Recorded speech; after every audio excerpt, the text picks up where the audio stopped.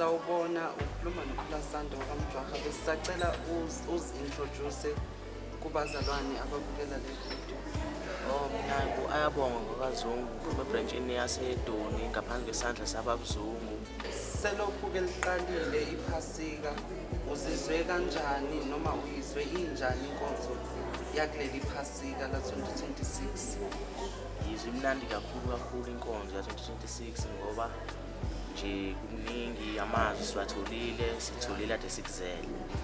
Izwe ngijabule kakhulu.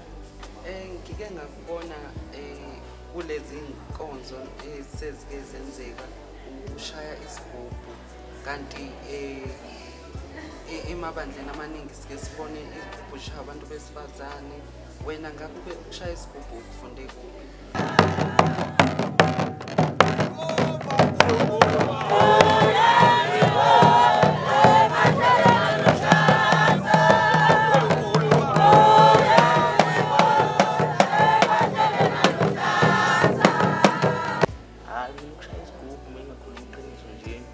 Bengibuka uba umdala eshaya emaphasikeni, baba wami umdala ngibuka, ngase ngagcina ngathi ukuthi nami ngeke ngizwe sigcina sesifundisana.